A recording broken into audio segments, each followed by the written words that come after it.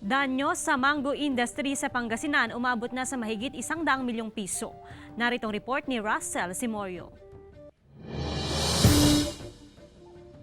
Mangga ang isa sa mga pangunahing produkto ng San Carlos City, Pangasinan. Pero isa sa matinding napinsala ng bagsik ng nagdaang bagyong Ulysses, ang mango industry. Sa datos ng Department of Agriculture Region 1 as of today, umabot na sa 100,900,000 pesos ang naitalang danyos sa mga manggahan sa probinsya.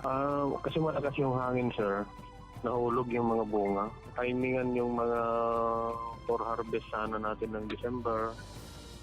And yung mga malilit na butil na na damage din. Sa barangay Nagilayan, halos lahat ng mango growers ang nalugi. Wala ako, sir. Halos nalaglag po lahat. Pati yung mga mangga dyan, nabuwal na po eh. Halos walang natira.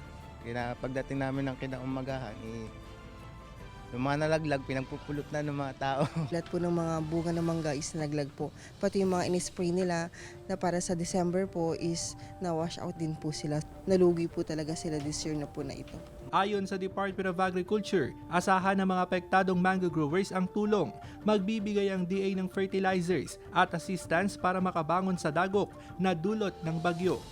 Kasama si Ron Alister Tañedo, Russell Simorio, Balitang Amyanan.